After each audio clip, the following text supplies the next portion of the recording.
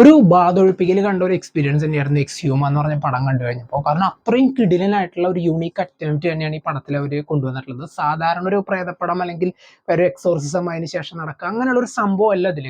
And ഈ സിനിമയുടെ main ആയിട്ടുള്ള ഒരു പോസിറ്റീവ് എന്ന് പറയുന്നത് ഈ സിനിമയുടെ സ്റ്റോറി തന്നെയാണ്.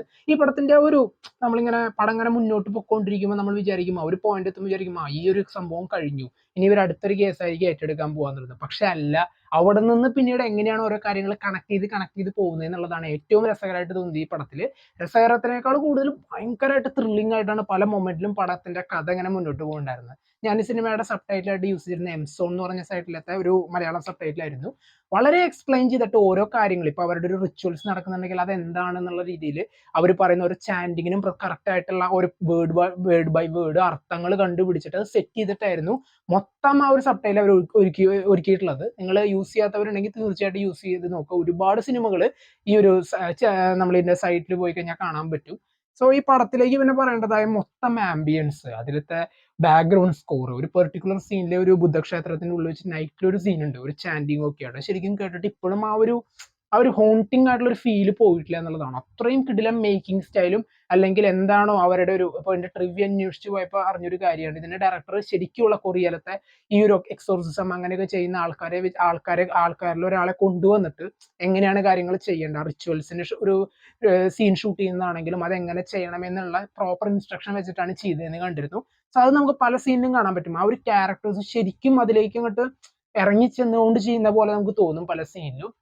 എന്തായാലും നിങ്ങൾ പടം കണ്ടു നോക്കുക, ഒരിക്കലും ഡിസപ്പോയിന്റ് ചെയ്യില്ല. കാരണം ഇങ്ങനെയുള്ള ഒരു യുണീക്ക് അറ്റംപ്റ്റ്, കാരണം നമ്മൾ സാധാരണയായിട്ട് ഫോളോ ചെയ്ത് വന്നിട്ടുള്ള ചില സിനിമകളിൽ നിന്ന്, ഒരു ഹൊറർ മൂവീസിൽ നിന്ന് വളരെ വ്യത്യസ്തമായിട്ട് പല കാര്യങ്ങളെയും കണക്ട് ചെയ്ത് കൊണ്ടുപോകുന്ന ഒരു സ്ക്രീൻ പ്ലേ തന്നെയാണ് ഈ സിനിമയുടെ മെയിൻ ആയിട്ടുള്ള ഒരു പോസിറ്റീവ്. ആൻഡ് മൊത്തത്തിലുള്ള ഒരു കാസ്റ്റ് പെർഫോമൻസ് ആയാലും ആ ഒരു ആംബിയൻസ്, ഇങ്ങനെയുള്ള ഒരു പടത്തിന് വേണ്ട ഒരു പ്രോപ്പർ ആംബിയൻസ് നല്ല രീതിയിൽ അവർക്ക് സെറ്റ് ചെയ്യാൻ പറ്റിയിട്ടുണ്ട്. പിന്നെ പറയേണ്ടതാണ് ഈ ഒരു സിനിമയുടെ എക്സ്പീരിയൻസ്. കാരണം ഇതിപ്പോ നമുക്ക് OTT റിലീസ് ആയിട്ടാണ് വന്നിട്ടുള്ളത് ഇന്ത്യയിലൊക്കെ.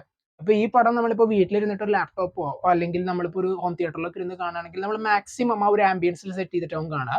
വലിയ കോലാഹലങ്ങളും ബഹളങ്ങളും ഒന്നും ഇല്ലാത്തൊരു സമയത്ത് സമാധാനമായിട്ട് കാണുക. കാരണം ഈ ഒരു പടമൊക്കെ അങ്ങനെ എക്സ്പീരിയൻസ് ചെയ്യേണ്ടതാണ്. നമ്മളിപ്പോ നമ്മുടേതായിട്ടുള്ള തിരക്കുകളുടെ ഇടയിൽ ഈ പടം കണ്ടു കഴിഞ്ഞാൽ ചിലപ്പോൾ ആ ഒരു ഫ്ലോയിൽ നമുക്ക് അധികം എൻജോയ് ചെയ്യാൻ പറ്റിയെന്ന് വരില്ല. സോ വലിയ രീതിയിലുള്ള ബഹളങ്ങളൊന്നും ഇല്ലാത്ത രീതിയിൽ, നമ്മളിപ്പോ ഗോഡ്സില -1ന്റെ റിവ്യൂല് ഞാൻ പറഞ്ഞിരുന്നു ഇതുപോലെ. സോ അങ്ങനെ കണ്ടു നോക്കുക. തിയേറ്റർ എക്സ്പീരിയൻസ് ഒരിക്കലും മിസ് ചെയ്യാൻ പാടില്ലായിരുന്നു എന്ന് നമുക്ക് തോന്നുന്ന ചില സിനിമകൾ ഉണ്ടല്ലോ. അങ്ങനെയുള്ള ഒരു സിനിമകളിൽ ഒരു സിനിമ കൂടിയാണ് എക്സ്ഹ്യൂം. ഇതിന്റെയൊക്കെ തിയേറ്റർ എക്സ്പീരിയൻസ് വേറെ ലെവൽ തന്നെയാണ്. പല സീക്വൻസുകളും അങ്ങനെ കണ്ടിരുന്നെങ്കിലുള്ള ഫീല് ശരിക്കും പറയുന്നതിനേക്കാൾ കൂടുതലായെന്ന് എനിക്ക് തോന്നുന്നുണ്ട്. ഒരു പടത്തിന്റെ ഒരു എൻഡിങ് കണ്ടപ്പോൾ ഇനിയിപ്പോ നെക്സ്റ്റ് ഇതിന്റെ ഒരു സെക്കൻഡ് പാർട്ട് വരുന്ന പോലെ തോന്നുന്നു. സോ എന്തായാലും നടക്കട്ടെ. കാരണം അതിനുള്ള ഒരു പൊട്ടൻഷ്യൽ ഈ ഒരു സിനിമയുടെ സ്ക്രീൻ പ്ലേയിലും ആ ഒരു മേക്കിങ്ങിലും നമുക്ക് കാണാൻ പറ്റും. സോ എന്താണ് നിങ്ങൾക്ക് പടത്തെ കുറിച്ചുള്ള അഭിപ്രായം? കമന്റ് ബോക്സിൽ നോട്ട് ചെയ്യാം.